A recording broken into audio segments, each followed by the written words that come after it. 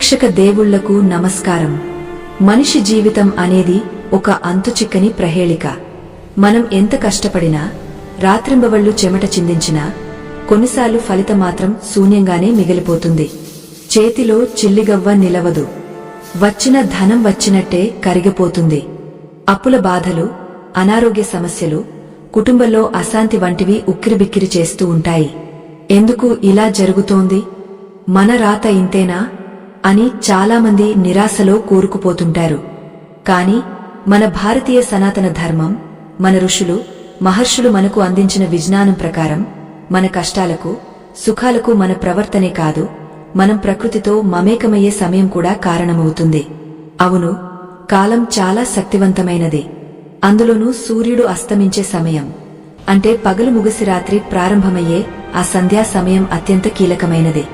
ఆ సమయంలో మనం చేసే చిన్న పొరపాటు దరిద్రాన్ని ఆహ్వానిస్తే, అదే సమయంలో మనం చేసే ఒక చిన్న పని, ఉచ్చరించే ఒకే ఒక్క మాట అష్టైశ్వర్యాలను మన నట్టింట్లో కురిపిస్తుంది, కోటి సంపదలను తెచ్చిపెడుతుంది. అసలు సూర్యాస్తమయ సమయానికి ఉన్న శక్తి ఏమిటి? ఆ సమయంలో మన పెద్దలు నిద్రపోవద్దు, తినవద్దు అని ఎందుకు చెబుతారు? సరిగ్గా ఆ సమయంలో ఏ దేవత మన ఇంటి గుమ్మం దగ్గరకు వస్తుంది? ఆ దేవతను ప్రసన్నం చేసుకోవడానికి మనం అనాల్సిన ఆ ఒక్క మాట ఏమిటి? ఈ విషయాలను తెలుసుకోవడమే ఈ వీడియో యొక్క ముఖ్య ఉద్దేశం. ఈ రహస్యాన్ని తెలుసుకునే ముందు మనం ఒక ఆసక్తికరమైన, మనందరి జీవితాలకు దగ్గరగా ఉండే ఒక పురాణ గాథను చెప్పుకుందాం. పూర్వం నైమిసారణ్యంలో సోనకాది మహామునులు సూత మహర్షిని అడిగిన ఒక ప్రశ్న ద్వారా ఈ జ్ఞానం మనకు లభించింది. అదేంటంటే, కలియుగంలో మానవులు అల్పాయుష్కులు, అల్పబుద్ధులు మరియు దారిద్ర్యంతో బాధపడేవారుగా ఉంటారు కదా, వారికి సులభంగా మోక్షం, ఐశ్వర్యం కలిగే మార్గం లేదా అని వారు ప్రశ్నించారు. అప్పుడు సూత మహర్షి వారికి సాయం సంధ్యా వందనం మరియు ఆ సమయంలో పాటించాల్సిన నియమాల గురించి వివరించడం ప్రారంభించారు. సృష్టి ఆరంభంలోనే పగలు, రాత్రి అనే రెండు విభాగాలు ఏర్పడ్డాయి. పగలు కర్మకు ప్రతీక అయితే, రాత్రి విశ్రాంతికి ప్రతీక. కాని ఈ రెండు కలిసే సమయమే సంధ్య. సంధ్య అంటే కలయిక అని అర్థం. సూర్యుడు, చంద్రుడు కలుసుకునే సమయం కాదు, వెలుగు చీకటి కలుసుకునే సమయం. ఈ సమయం దేవతలకు, రాక్షసులకు కూడా అత్యంత ప్రీతిపాత్రమైనది. సూర్యుడు అస్తమించే సమయాన్ని గోధూళి వేళ అని కూడా అంటారు. అంటే పశువులు అడవి నుంచి ఇంటికి తిరిగి వచ్చే సమయం. ఆవుల గిట్టెల నుండి లేచిన దుమ్ము సూర్యకిరణాలలో మెరుస్తూ ఒక పవిత్రమైన వాతావరణాన్ని సృష్టిస్తుంది. ఆ సమయంలో సాక్షాత్తు లక్ష్మీదేవి ప్రతి ఇంటిని గమనిస్తూ తిరుగుతుందని శాస్త్రం చెబుతోంది. కాని చాలామందికి తెలియని విషయమేమిటంటే, లక్ష్మీదేవి ఒక్కతే రాదు. ఆమెతో పాటు ఆమె అక్క అలక్ష్మి అంటే జ్యేష్ఠాదేవి కూడా సంచరిస్తూ ఉంటుంది. ఎవరు ఎవరిని ఆహ్వానిస్తున్నారు అనేదాన్ని బట్టి ఆ ఇంట్లో సిరి ఉంటుందా లేక దరిద్రం తాండవిస్తుందా అనేది నిర్ణయించబడుతుంది. ఈ విషయాన్ని అర్థం చేసుకోవడానికి ఒక పేద బ్రాహ్మణుడి కథను ఉదాహరణగా తీసుకుందాం. కావేరీ తీరంలో సోమశర్మ అనే ఒక నిరుపేద ఉండేవాడు. అతను చాలా గొప్ప పండితుడు. వేదాలను చదివాడు, శాస్త్రాలను ఓపోసన పట్టాడు, నిత్యం దైవారాధన చేస్తూ ఉండేవాడు. కాని అతని ఇంట్లో దారిద్ర్యం మాత్రం పోయేది కాదు. పూట గడవడమే కష్టంగా ఉండేది. పిల్లలకు సరైన తిండి లేదు, కట్టుకోవడానికి సరైన బట్టలేదు. సోమశర్మ భార్య సుశీల మహాపతివ్రత. భర్తను ఎప్పుడూ పల్లెత్తు మాట అనేది కాదు, ఉన్నదానితోనే సర్దుకుపోయేది. కాని పిల్లల ఆకలి కేకలు చూసి తట్టుకోలేక ఒకరోజు భర్తతో, నాథా, మీరు ఇంతటి జ్ఞానులు కదా, ఎన్నో పూజలు చేస్తున్నారు కదా, అయినా మనకు ఈ దరిద్రం ఎందుకు పోవడం లేదు? సాక్షాత్తు లక్ష్మీదేవికి మనపై ఎందుకు దయ కలగడం లేదు అని కన్నీరు పెట్టుకుంది. భార్య మాటలకు సోమశర్మ చలించిపోయాడు. తన జ్ఞానం తన ఆకలిని తీర్చలేకపోతోందని బాధపడ్డాడు. అతను తన గురువైన ఒక యోగిని కలవడానికి నిర్ణయించుకున్నాడు. ఆ యోగి హిమాలయాల నుంచి తీర్థయాత్రలకు వచ్చాడు. సోమశర్మ ఆ యోగ పాదాలపై పడి తన గోడు వెళ్లబోసుకున్నాడు. స్వామీ, నేను నిత్యం సూర్యోదయం కాకముందే లేస్తున్నాను. స్నానాదికాలు ముగించుకుని సూర్యునికి అరాయం ఇస్తున్నాను. రోజంతా ధర్మబద్ధంగానే ఉంటున్నాను. అయినా నా ఇంట లక్ష్మి ఎందుకు నిలవడం లేదు? నా కర్మ ఫలమా లేక నేను చేస్తున్న పూజల్లో లోపమా అని అడిగాడు. అప్పుడు ఆ యోగ దివ్యదృష్టితో సోమశర్మ దినచర్యను పరిశీలించాడు. అతనికి ఒక ఆశ్చర్యకరమైన విషయం అర్థమైంది. సోమశర్మ ఉదయం అంతా నియమబద్ధంగానే ఉంటున్నాడు, కాని సాయంత్రం సమయంలో ఒక చిన్న పొరపాటు చేస్తున్నాడు. అదే అతని దరిద్రానికి మూల కారణం. ఆ యోగ సోమశర్మతో ఇలా అన్నాడు: నాయనా సోమశర్మ, నువ్వు ఉదయం చేసే పూజలు, అర్చనలు అన్నీ సక్రమంగానే ఉన్నాయి. కాని లక్ష్మీదేవి అనుగ్రహం కలగాలంటే కేవలం ఉదయం పూజ మాత్రమే సరిపోదు. సాయంకాలం అంటే సూర్యాస్తమయ సమయం అనేది లక్ష్మీదేవికి అత్యంత ఇష్టమైన సమయం. ఆ సమయంలో నువ్వు ఏం చేస్తున్నావు అనేది ముఖ్యం. చాలామంది ప్రజలు ఉదయం హడావిడిగా పనులు ముగించుకుని సాయంత్రం అయ్యేసరికి అలసిపోయి విశ్రాంతి తీసుకోవడమో లేదా అనవసరమైన విషయాలు మాట్లాడుకుంటూ సమయం గడపడమో చేస్తారు. కాని శాస్త్రం ప్రకారం సూర్యాస్తమయానికి 24 నిమిషాల ముందు, సూర్యాస్తమయం తర్వాత 24 నిమిషాల సమయం అంటే మొత్తం 48 నిమిషాల సమయం అత్యంత పవిత్రమైనది. దీనిని ప్రదోషకాలం లేదా సంధ్యా సమయం అంటారు. ఈ సమయంలో త్రిమూర్తులు కూడా సంచరిస్తారని ప్రతీతి. నీవు చేస్తున్న తప్పు ఏంటో తెలుసా అని యోగ ప్రశ్నించాడు. సోమశర్మ తెలియక అమాయకంగా చూశాడు. నీవు రోజంతా కష్టపడి సాయంత్రం కాగానే కాళ్లు జాపుకుని నీ ఇంటి అరుగుమీద కూర్చుని లోకాభిరామాయణం మాట్లాడుతున్నావు. లేదా కొన్నిసార్లు అలసట వల్ల కునుకు తీస్తున్నావు. నీ ఇంట్లో దీపం పెట్టడం ఆలస్యం అవుతోంది. సరిగా సూర్యుడు అస్తమించే వేళకు నీ ఇల్లు చీకటిగా ఉంటోంది. ఇదే నీ దరిద్రానికి అసలు కారణం. ఆ సమయంలో నిద్రపోవడం, తినడం, మైథునంలో పాల్గొనడం, ప్రయాణాలు చేయడం లేదా ఏడుస్తూ కూర్చోవడం వంటివి చేస్తే సాక్షాత్తు లక్ష్మీదేవి ఆ ఇంటివైపు కనీసం కన్నెత్తి కూడా చూడదు. బదులుగా ఆమె సోదరి, దరిద్ర దేవత అయిన జ్యేష్ఠాదేవి ఆ ఇంట్లోకి ప్రవేశిస్తుంది. ఆమె ఒక్కసారి ఇంట్లోకి వచ్చిందంటే ఎన్ని హోమాలు చేసినా, ఎన్ని పూజలు చేసినా ఫలితముండదు. ఎందుకంటే చిల్లు పడిన కుండలో నీళ్లు పోస్తే ఎలా నిలవవో, సంధ్యా నియమాలు పాటించని ఇంట్లో సంపద కూడా అలాగే నిలవదు. యోగీంద్రుల మాటలు విన్న సోమశర్మకు కళ్ళు తెరుచుకున్నట్లయింది. ఇన్నాళ్లు తను చేస్తున్న తప్పు ఇంత చిన్నదా అనిపించింది. కాని ఆ చిన్న తప్పు వెనుక ఇంత పెద్ద శాస్త్రార్థం ఉందని గ్రహించాడు. మరి దీనికి పరిష్కారం ఏమిటి స్వామీ? కేవలం దీపం పెడితే సరిపోతుందా? లేక ఇంకేమైనా చేయాలా? నా దరిద్రం పోయి నా పిల్లలకు కడుపు నిండా తిండి దొరకాలంటే నేను ఆ సమయంలో ఖచ్చితంగా ఏం చేయాలి? ఏదైనా మంత్రముందా అని ఆతృతగా అడిగాడు. అప్పుడు ఆ యోగ చిరునవ్వుతో ఇలా చెప్పాడు: నాయనా, కేవలం దీపం పెట్టడం ఒక భాగం మాత్రమే. కాని అంతకంటే ముఖ్యమైనది ఆ సమయంలో నీ మానసిక స్థితి మరియు నీ నోటి నుండి వచ్చే వాక్కు. వాక్కుకు బ్రహ్మాండమైన శక్తి ఉంది. సాయం సంధ్య వేళలో ప్రకృతి నిశ్శబ్దంగా మారుతుంది. పక్షులు గూళ్లకు చేరతాయి. గాలిలో ఒక రకమైన విద్యుత్ శక్తి ప్రవహిస్తుంది. ఆ సమయంలో మనం ఉచ్చరించే శబ్దాలు నేరుగా విశ్వంలోకి ప్రయాణించి అంతే వేగంగా ఫలితాన్ని ఇస్తాయి.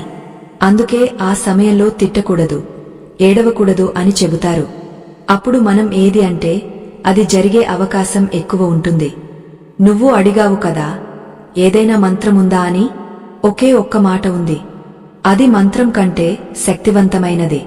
అది బీజాక్షరాలతో సమానమైనది.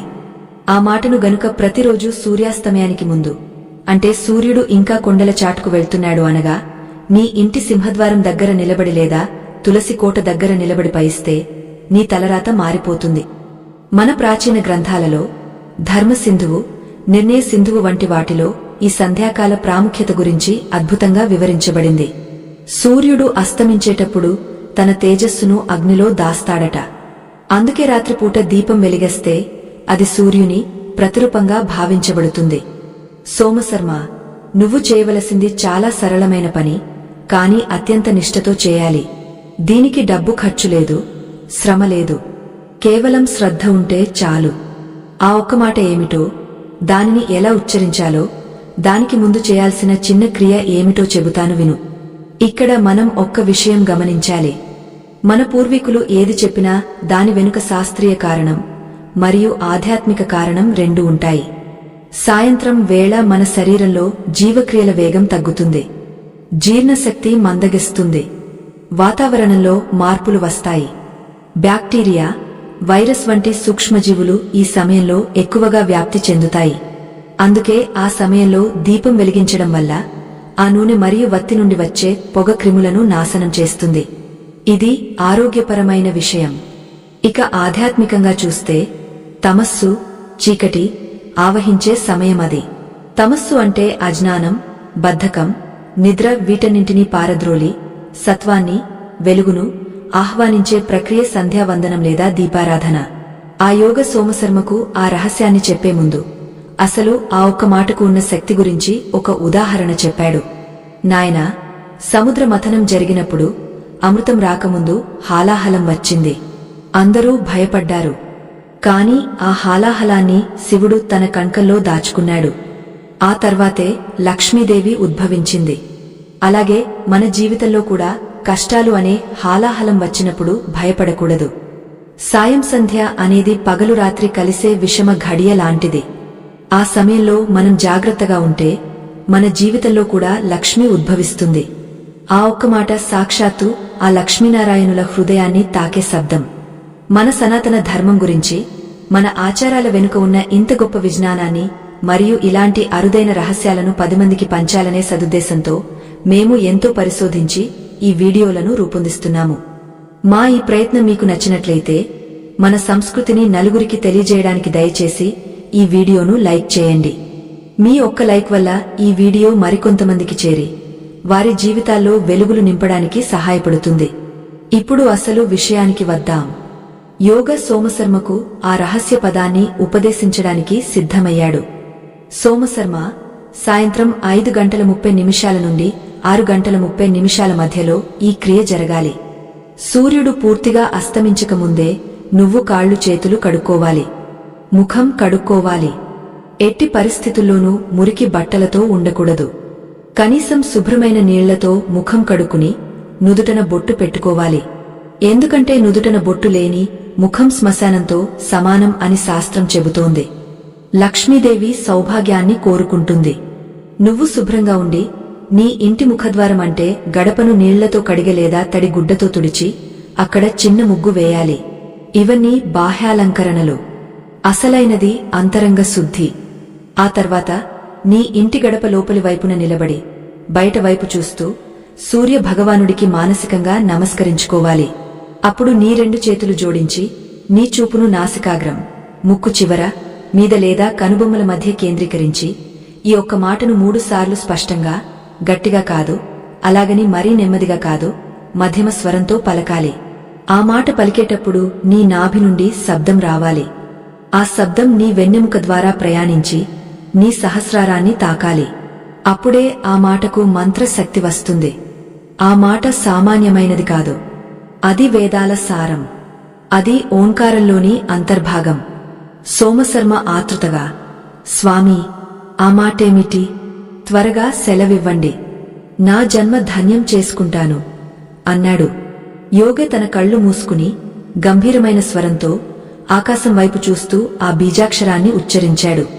ఆ శబ్దం వినగానే సోమశర్మ శరీరంలో ఒక విద్యుత్ ప్రవాహం కలిగినట్లయింది.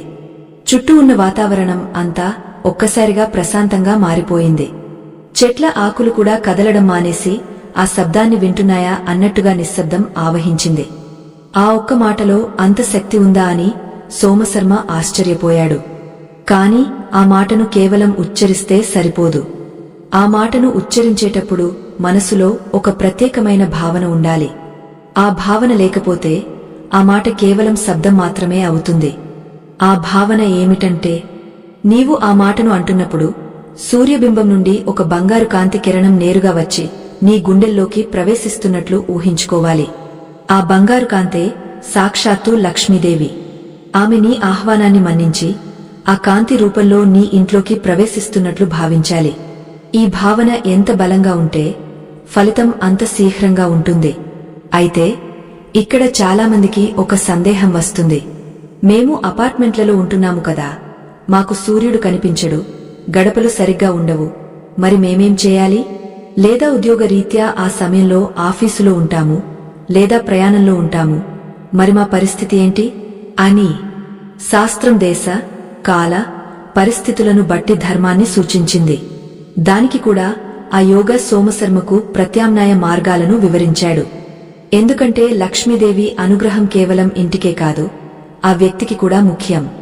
నువ్వు ఎక్కడ ఉన్నా ఈ సంధ్యా సమయం అనేది విశ్వజనీనం. ఆ సమయంలో విశ్వంలో జరిగే మార్పులు అందరికీ వర్తిస్తాయి. అసలు ఆ పదం ఏమిటి? యోగ సోమశర్మ చెవిలో ఉపదేశించిన ఆ రహస్య బీజాక్షరం, దాని వెనుక ఉన్న పురాణ నేపథ్యం మరియు దానిని ఉచ్చరించేటప్పుడు పాటించాల్సిన శ్వాస నియమాలు చాలా నిగుజ్జమైనవి. ఈ పదాన్ని ఉచ్చరించడం వల్ల కేవలం ధనమే కాదు, మనసులో ఉన్న భయాలు, ఆందోళనలు కూడా మటుమాయం అవుతాయి. ఆ యోగి చెప్పిన మాటను విన్న సోమశర్మ ఆ రోజు సాయంత్రమే దానిని ఆచరణలో పెట్టడానికి సిద్ధమయ్యాడు. ఆ రోజు సాయంత్రం ఆకాశం మేఘావృతమై ఉంది. గాలి బలంగా వీస్తోంది. సరిగ్గా సూర్యాస్తమయ సమయం దగ్గర పడుతోంది. సోమశర్మ తన ఇంటికి పరుగు పరుగున చేరుకున్నాడు. తన భార్యను పిలిచి ఇల్లు శుభ్రం చేయమని చెప్పాడు. తను స్నానం చేసి తడి బట్టలతోనే గడప దగ్గర నిలబడ్డాడు. అతని గుండె వేగంగా కొట్టుకుంటోంది. గురువుగారు చెప్పినట్లుగా ఫలితముంటుందా?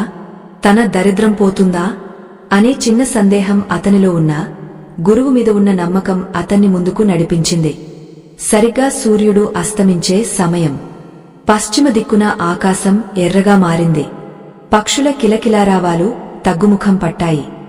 సోమశర్మ కళ్ళు మూసుకున్నాడు. చేతులు జోడించాడు.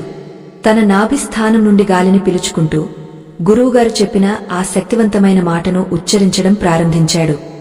ఓం శ్రీం, ఓం శ్రీం, ఓం శ్రీం. ఆ నిశ్శబ్ద వాతావరణంలో సోమశర్మ కంచెం నుండి వెలువడిన ఆ శబ్దం ఒక దివ్యమైన ప్రకంపనలా మారింది. అది కేవలం నోటి నుండి వచ్చిన మాట కాదు, అతని నాభి కమలం నుండి, గుండె లోతుల్లో నుండి పెల్లువికిన ఆర్తనాదం మరియు ఆశల సమ్మేళనం. గురువుగారు చెప్పినట్లుగానే అతను ఆ బీజాక్షరాన్ని ఉచ్చరిస్తూ సూర్యబింబం నుండి ఒక బంగారు కాంతి తన ఇంటి గడప దాటి లోపలికి వస్తున్నట్లు బలంగా ఊహించుకున్నాడు. ఆ శబ్దం చేసిన మరుక్షణమే ఆశ్చర్యకరంగా గాలిలో ఉన్న అలజడి తగ్గింది. వీస్తున్న గాలి కూడా ఆగిపోయి ఆ శబ్దాన్ని వింటున్నట్లు అనిపించింది. సోమశర్మ భార్య సుశీల తన భర్త ముఖంలో మునుపెన్నడు చూడని ఒక తేజస్సును గమనించింది. ఇన్నాళ్లు పేదరికంతో, చింతతో కళావిహీనంగా ఉండే అతని ముఖం ఇప్పుడు అస్తమిస్తున్న సూర్యకిరణాల వెలుగులో ఒక యోగ ముఖంలా ప్రకాశించడం ఆమెకు ఆశ్చర్యాన్ని కలిగించింది. 3 సార్లు ఆ మంత్రాన్ని ఉచ్చరించిన తర్వాత సోమశర్మ నెమ్మదిగా కళ్ళు తెరిచాడు. అతని మనసులో ఏదో తెలియని ప్రశాంతత, ఏదో సాధించగలం అనే ధైర్యం కలిగింది. అయితే సోమశర్మకు ఆ మంత్రం చెప్పినప్పుడు యోగ దానికి సంబంధించిన సంపూర్ణ విజ్ఞానాన్ని కూడా వివరించాడు. ఆ విషయాలను సోమశర్మ ఇప్పుడు మననం చేసుకుంటున్నాడు. అసలు శ్రీం అనే శబ్దానికి ఎందుకంత శక్తి ఉంది? ఇది లక్ష్మీదేవి యొక్క బీజాక్షరం. బీజం అంటే విత్తనం. ఒక చిన్న మర్రి విత్తనంలో మహావృక్షం ఎలా దాగి ఉంటుందో, శ్రీం అనే శబ్దంలో అనంతమైన సంపద, ఐశ్వర్యం, కీర్తి దాగి ఉంటాయి. సాయంకాల సమయం అంటే ప్రకృతి శక్తులన్నీ తమ తమ స్థానాలకు చేరే సమయం. ఆ సమయంలో ఈ శబ్దాన్ని ఉచ్చరించడం అంటే నేరుగా విశ్వశక్తితో అనుసంధానం కావడమే. రేడియోలో మనం కోరుకున్న స్టేషన్ రావాలంటే ఫ్రీక్వెన్సీని ఎలా ట్యూన్ చేస్తామో, ఈ మంత్రం ద్వారా మన మనస్సును లక్ష్మీదేవి తత్వానికి ట్యూన్ చేస్తున్నాం అన్నమాట. గురువుగారు ఇంకా ఇలా చెప్పారు, సోమశర్మ, కేవలం మంత్రం జపిస్తే సరిపోదు. సూర్యాస్తమయ సమయం అంటే సంధికాలం. పగలు వెళ్లిపోతూ రాత్రి వస్తున్న సమయం. ఇది చాలా సున్నితమైన సమయం. మన శరీరంలో ఇడ, పింగళ నాడులు మారుతూ సుషుమ్నా నాడి చురుకుగా ఉండే సమయమిది. అందుకే ఈ సమయంలో మనం చేసే పనులకు, ఆలోచించే ఆలోచనలకు 1000 రెట్లు ఎక్కువ బలముంటుంది. నువ్వు గమనించావో లేదో, సాయంత్రం వేళల్లో చాలామందికి తెలియకుండానే నిస్తువ, చిరాకు, కోపం వస్తుంటాయి. పిల్లలు ఏడుస్తుంటారు. పెద్దవాళ్లు అనవసరమైన విషయాలకు గొడవ పడుతుంటారు.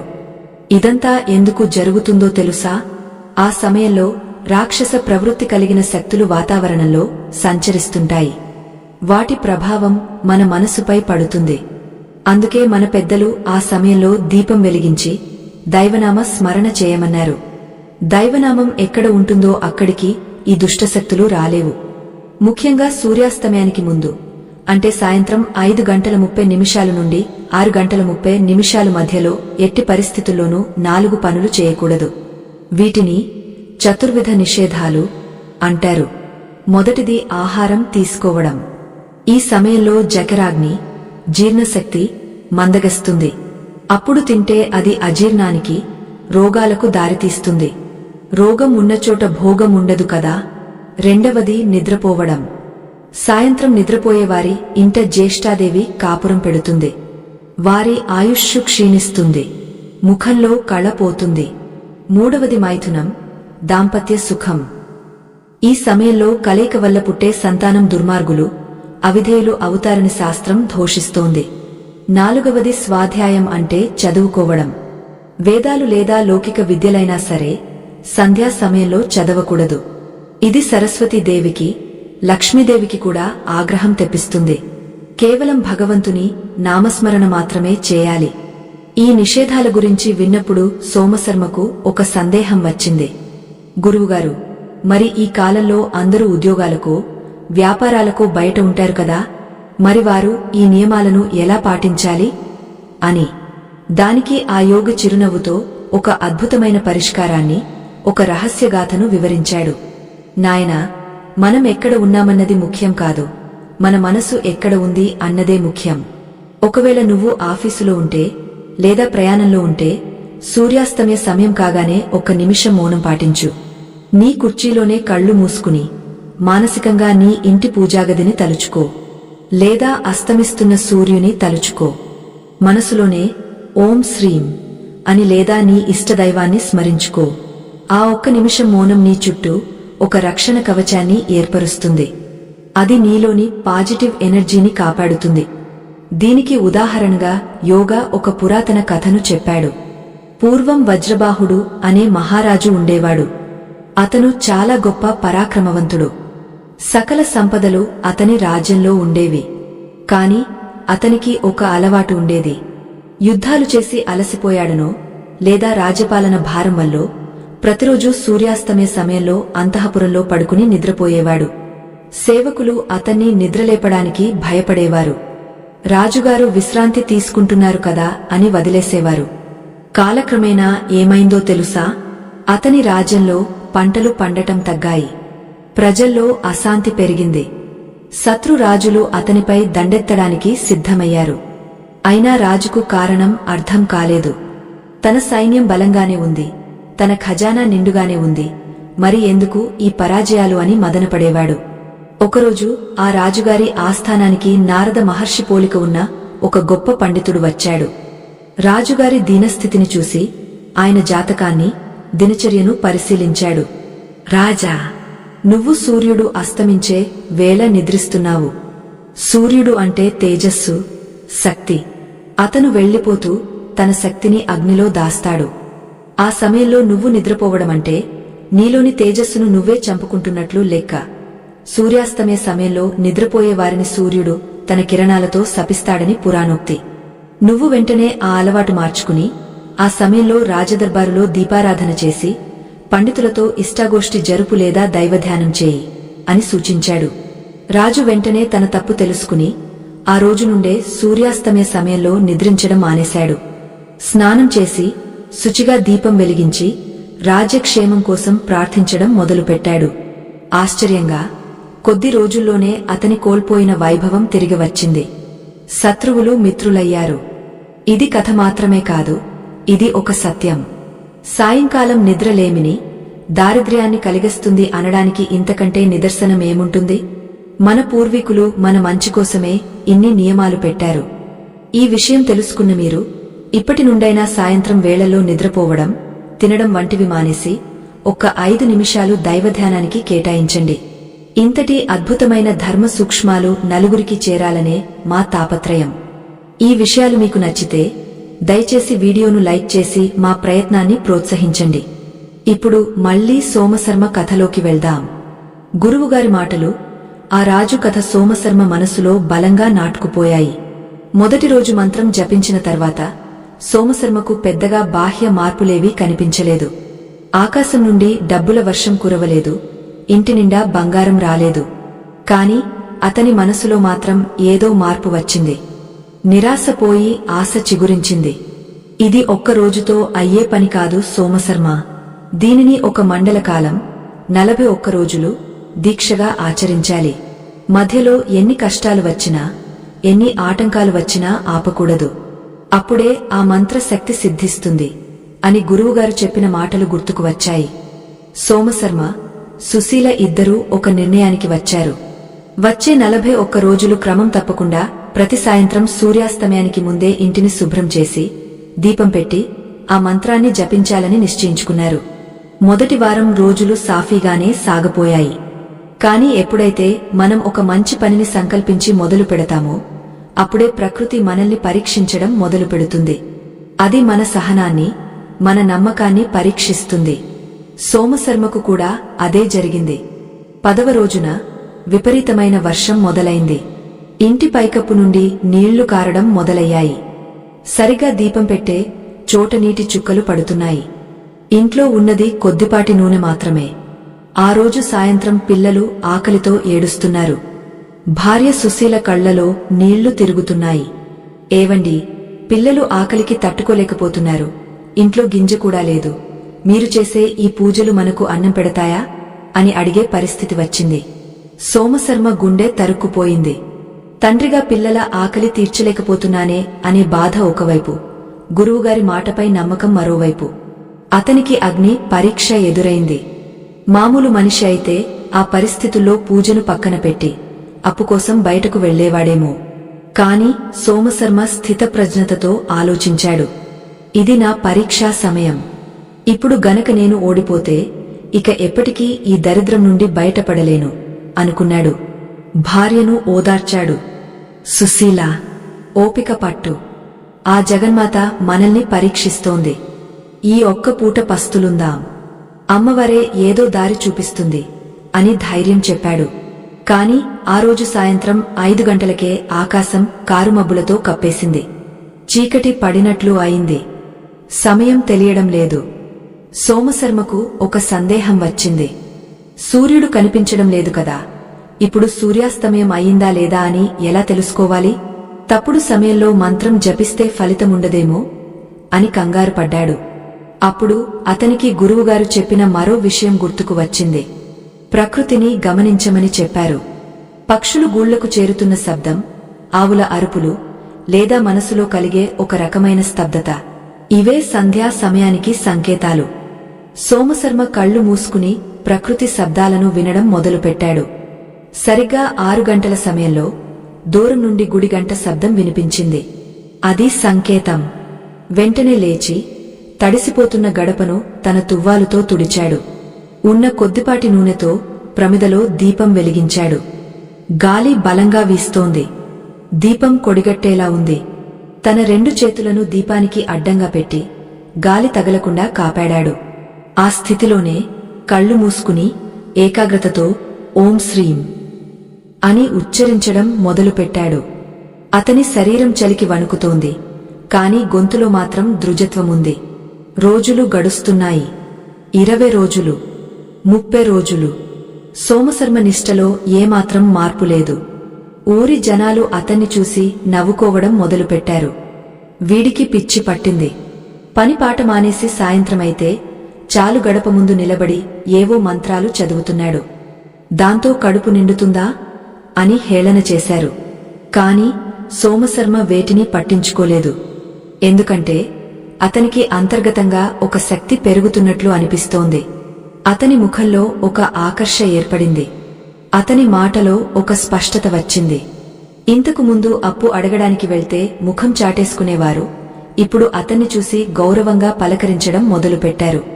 ఇది గమనించిన సోమశర్మకు అర్థమైంది, లక్ష్మీదేవి కటాక్షమంటే కేవలం డబ్బు రావడం మాత్రమే కాదు, సమాజంలో గౌరవం పెరగడం కూడా అని. చివరికి 40వ రోజు వచ్చింది. మండలం పూర్తి కావడానికి ఒక్కరోజే మిగిలి ఉంది. ఆ రోజు సాయంత్రం సోమశర్మ పూజకు సిద్ధమవుతుండగా ఇంటి బయట ఎవరో గట్టిగా తలుపు తట్టారు. సోమశర్మ, ఇంట్లో ఉన్నావా? బయటకురా అని ఒక గంభీరమైన గొంతు వినిపించింది. అది ఎవరో కాదు, ఆ ఊరి జమీందారు గారి గొంతు. జమీందారు చాలా కోపిష్టి. సోమశర్మ తండ్రిగారు జమీందారు దగ్గర ఎప్పుడో తీసుకున్న అప్పు ఇంకా తీరలేదు. ఈ రోజు సరిగా సూర్యాస్తమయ సమయానికే అతను వస్తాడని సోమశర్మ ఊహించలేదు. బయట జమీందారు అరుస్తున్నాడు. లోపల సంధ్య సమయం గడిచిపోతోంది. బయటకు వెళ్తే జమీందారుతో మాట్లాడాలి, మౌన నియమం భంగం అవుతుంది. వెళ్లకపోతే జమీందారు కోపంతో ఇంటిని లాక్కుంటాడేమో అనే భయం. సోమశర్మ ధర్మసంకటంలో పడ్డాడు. పూజను ఆపి బయటకు వెళ్లాలా, లేక జమీందారు ఆగ్రహాన్ని లెక్క చేయకుండా పూజను కొనసాగించాలా? సుశీల భయంతో వణికిపోతోంది. ఏవండి, వెళ్ళండి, ఆయన మనల్ని బతకనివ్వడు అని వేడుకుంటోంది. కాని సోమశర్మ ఒక నిర్ణయానికి వచ్చాడు. ఈ సమయం అమ్మవారికి కేటాయించిన సమయం. లోకంలో ఎవరు వచ్చినా సరే ఈ 48 నిమిషాలు నేను లౌకిక విషయాలు మాట్లాడను. ఏం జరిగితే అది జరగని అని మనసులో అనుకున్నాడు. జమీందారు తలుపును బద్దలు కొట్టేలా బాదుతున్నాడు. సోమశర్మ మాత్రం చలించకుండా గడప దగ్గర నిలబడి కళ్ళు మూసుకుని జమీందారు అరుపులను వినకుండా తన అంతరంగంలోని నాదాన్ని వింటూ మంత్రాన్ని జపించడం ప్రారంభించాడు. ఆ క్షణంలో ఏం జరిగింది? జమీందారు తలుపు పగలగొట్టి లోపలికి వచ్చాడా, లేక సోమశర్మ భక్తికి లొంగ అద్భుతం జరిగిందా? దైవ పరీక్ష ఎంత కఠినంగా ఉంటుందో దాని ఫలితం కూడా అంతే అద్భుతంగా ఉంటుంది. ఆ గదిలో అప్పుడు జరిగిన సంఘటన సోమశర్మ జీవితాన్నే కాదు, ఆ ఊరి చరిత్రను కూడా మార్చివేసింది. జమీందారు చేతిలో లాంతరు పట్టుకుని కోపంతో ఊగపోతూ తలుపులు బద్దలవుతాయేమో అన్నంత గట్టిగా బాదుతున్నాడు. సోమశర్మ, బయటకు రా, ఈరోజు నీ అప్పు తీరుతుందో లేక నీ ఇల్లు నాదవుతుందో తేలిపోవాలి అని గర్జిస్తున్నాడు. లోపల సుశీల భయంతో గడగడలాడుతూ ఒక మూల ముడుచుకుపోయి కూర్చుంది. ఆమె చూపు భర్త వైపు ఉంది. కాని సోమశర్మ మాత్రం బాహ్య ప్రపంచంతో సంబంధం తెగపోయినట్లుగా ఒక శిలలా నిలబడి ఉన్నాడు. అతని కళ్ళు మూసుకుని ఉన్నాయి. పెదవులు కదలడం లేదు. కాని మనసులో మాత్రం ఓం శ్రీం అనే నాదం మారుమోగుతోంది. బయట వినిపిస్తున్న అరుపులు అతనికి వినిపించడం లేదు. అతని ఏకాగ్రత మొత్తం అస్తమిస్తున్న సూర్యుని తేజస్సును తన హృదయంలోకి ఆవాహన చేసుకోవడం మీదే ఉంది. జమీందారుకు విపరీతమైన కోపం వచ్చింది. తలుపు గడియ బలహీనంగా ఉండటంతో ఒక్క తన్ను తన్నగానే తలుపులు తెరుచుకున్నాయి. ఎంత ధైర్యం రా నీకు, నేను పిలుస్తుంటే పలుకకుండా లోపల దాక్కుంటావా అని అరుస్తూ జమీందారు లోపలికి అడుగుపెట్టాడు. అతని వెనుక 2 బలిష్టమైన అనుచరులు కూడా ఉన్నారు. వారు సోమశర్మను ఈడ్చుకు రావడానికి సిద్ధంగా ఉన్నారు. జమీందారు వడివడిగా గడప దాటి లోపలికి వచ్చాడు. సోమశర్మ ఉన్న చోటికి 2 అడుగులు వేశాడు. చెయ్యి ఎత్తి సోమశర్మను కొట్టబోయాడు. కాని ఆ మరుక్షణమే ఒక విచిత్రమైన సంఘటన జరిగింది. ఎత్తిన చెయ్యి ఎత్తినట్టే ఉండిపోయింది. జమీందారు శరీరం ఒక్కసారిగా స్తంభించిపోయింది.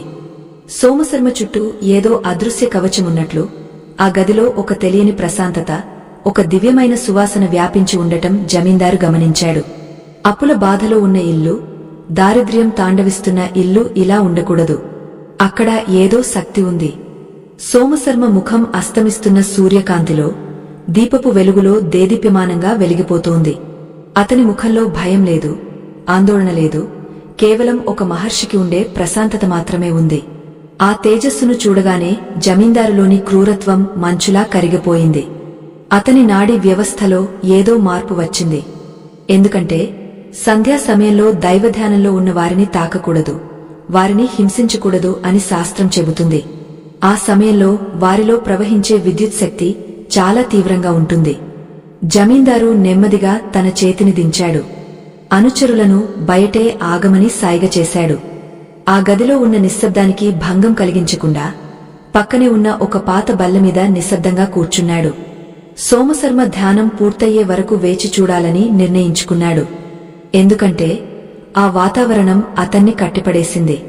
ఇన్నాళ్లు డబ్బు, అధికారం అనే మదంలో ఉన్న జమీందారుకు ఆ క్షణంలో శాంతి అంటే ఏమిటో అనుభవంలోకి వచ్చింది.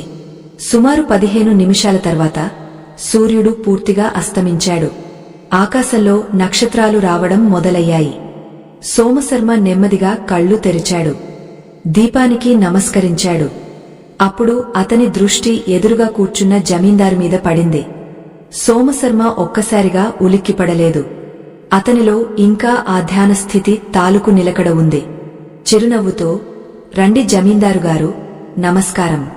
పేదవాడి ఇంటికి ఈ సమయంలో వచ్చారు, దయచేసి కూర్చోండి అని సాదరంగా ఆహ్వానించాడు. జమీందారు సోమశర్మ వైపు ఆశ్చర్యంగా చూశాడు. సోమశర్మ, నేను నిన్ను తిట్టడానికి, కొట్టడానికి వచ్చాను. కాని నీ ఇంటి గడప దాటగానే నా కోపం ఎక్కడికి పోయిందో నాకే తెలియడం లేదు. నీ ముఖంలో ఆ కళ ఏమిటి? ఇన్నాళ్ళు నిన్ను చూస్తే ఒక దరిద్రుడిలా అనిపించేవాడివి. కాని ఈరోజు ఒక యోగలా కనిపిస్తున్నావు. నువ్వు చేస్తున్న ఆ మంత్రం ఏమిటి? ఆ శక్తి ఏమిటి? అని అడిగాడు. సోమశర్మ వినయంగా బదులిచ్చాడు. అయ్యా, ఇది నా శక్తి కాదు. ఇది ఆ జగన్మాత లక్ష్మీదేవి కటాక్షం. నా గురువుగారు ఉపదేశించిన సంధ్యావందన ఫలితం. సూర్యాస్తమయ సమయం సాక్షాత్తు లక్ష్మీదేవి సంచరించే సమయం. ఆ సమయంలో మనం ఎవరిమీద కోప్పడకూడదు, అప్పుల గురించి మాట్లాడకూడదు, కేవలం ఆ తల్లిని స్మరించుకోవాలి. మీరు కూడా సరిగ్గా అదే సమయానికి వచ్చారు కాబట్టి ఆ తల్లి కరుణ మీమీద కూడా ప్రసరించింది. జమీందారు కళ్ళు చెమర్చాయి. నిజమే సోమశర్మ, నా దగ్గర కోట్లు ఉన్నాయి, కాని మనశ్శాంతి లేదు. రోజూ సాయంత్రమైతే చాలు ఏదో ఒక గొడవ, ఏదో ఒక చింత. ఈ రోజు ఇక్కడ దొరికిన ప్రశాంతత నా రాజభవనంలో కూడా దొరకలేదు. నీ అప్పు గురించి నువ్వు చింతించకు. దాన్ని తీర్చడానికి నీకు ఎంత సమయం కావాలంటే అంత తీసుకో. అసలు విషయమేంటంటే, మా ఆస్థానంలో పురాణ ప్రవచనం చెప్పే పండితుడి స్థానం ఖాళీగా ఉంది. రేపటి నుండి నువ్వు అక్కడికి వచ్చి మాకు ధర్మ సూక్ష్మాలు చెప్పగలవా? నీకు తగిన సంభావన మేమే ఇస్తాము అని ఆఫరిచ్చాడు. సుశీల ఆనందానికి అవధులు లేవు. దరిద్రం పోవడమే కాదు, గౌరవప్రదమైన ఉద్యోగం కూడా లభించింది. అది కూడా ₹1 లంచం ఇవ్వకుండా కేవలం దైవబలంతో. జమీందారు వెళ్తూ వెళ్తూ, సోమశర్మ, నువ్వు పాటించే ఆ నియమాలు ఏవో మాకు కూడా వివరంగా చెప్పు, మేము కూడా పాటిస్తాం అని అడిగాడు. అప్పుడు సోమశర్మ జమీందారుకు మరియు అక్కడ ఉన్నవారికి సంధ్యా సమయంలో, ముఖ్యంగా దీపారాధనలో పాటించాల్సిన మరిన్ని లోతైన నియమాలను వివరించాడు. ఇవి మన ప్రేక్షకులకు కూడా ఎంతో ఉపయోగపడతాయి. సోమశర్మ ఇలా చెప్పాడు. అయ్యా, కేవలం మంత్రం జపిస్తే సరిపోదు. ఆ మంత్రానికి తోడుగా దీపం పెట్టే విధానం కూడా చాలా ముఖ్యం. చాలామంది దీపం పెడతారు కాని చిన్న చిన్న తప్పులు చేస్తారు. దానివల్ల ఫలితం రాకపోగా నష్టం జరుగుతుంది. మొదటి విషయం, దీపానికి వాడే నూనె. లక్ష్మీదేవికి అత్యంత ఇష్టమైనది ఆవు నెయ్యి. అది దొరకకపోతే నువ్వుల నూనె వాడాలి. కాని ఎట్టి పరిస్థితుల్లోనూ వేరుశనగ నూనె కాని, పామాయిల్ కాని, గేదె నెయ్యి కాని వాడకూడదు. ఇవి ఇంట్లో ప్రతికూల శక్తిని పెంచుతాయి. అలాగే ఈ మధ్య చాలామంది సువాసన నూనెలు వాడుతున్నారు. అవి రసాయనాలతో కూడినవి కాబట్టి పూజకు పనికిరావు. రెండవది, వత్తులు ఏక వత్తి ఎప్పుడూ పెట్టకూడదు. అది అశుభం. 2 వత్తులు కలిపి ఒక వత్తిగా చేసి వేయాలి. దీనిని జంట వత్తి అంటారు. ఇది భార్యాభర్తల అన్యోన్యతకు ప్రతీక. అలాగే తామర తూడులతో చేసిన వత్తులు వేస్తే లక్ష్మీదేవి ఆకర్షితురాలవుతుంది. పత్తితో చేసిన వత్తులు సర్వసాధారణం మరియు శ్రేష్టం. ఎరుపు రంగు వత్తులు వేస్తే శత్రు బాధలు తొలగిపోతాయి. పసుపు రంగు వత్తులు వేస్తే దాంపత్య దోషాలు పోతాయి. మూడవది, దీపం పెట్టే దిక్కు. ఇది చాలా ముఖ్యం. దీపాన్ని ఎప్పుడూ నేలమీద పెట్టకూడదు. ఒక పీట మీద లేదా ఒక ప్లేటులో పెట్టాలి. ఆ ప్లేటులో కాస్త బియ్యం లేదా పూలుంచి దానిమీద ప్రమిద పెట్టాలి. దీపం ముఖం తూర్పు వైపు ఉంటే ఆరోగ్యం, గ్రహదోష నివారణ కలుగుతుంది. ఉత్తరం వైపు ఉంటే సిరి సంపదలు, అప్పుల బాధల నివారణ జరుగుతుంది. పడమర వైపు దీపం పెడితే విపరీతమైన అప్పులు, శత్రు భయం కలుగుతాయి. దక్షిణం వైపు యమస్థానం కాబట్టి కేవలం పితృకార్యాల్లోనే అటువైపు పెడతారు, శుభకార్యాల్లో పెట్టకూడదు. సోమశర్మ చెబుతున్న ఈ విషయాలు వింటుంటే జమీందారుకు కొత్త ప్రపంచం కనిపించింది. ఇన్నాళ్ళు తెలియక ఎంత తప్పు చేశాను. మా ఇంట్లో పనివాళ్లు దీపాలు ఎలా పడితే అలా పెడుతున్నారు. అందుకేనేమో ఎంత సంపాదించినా నిలవడం లేదు అని వాపోయాడు. ఈ అమూల్యమైన విషయాలు, మన పూర్వీకులు ఆచరించి ఫలాలను పొందిన విధానాలు ఇవి. ఇలాంటి ఎన్నో ధర్మ సూక్ష్మాలు మన దైనందిన జీవితాన్ని మార్చే చిన్న చిన్న చిట్కాలు ఇంకా ఎన్నో ఉన్నాయి.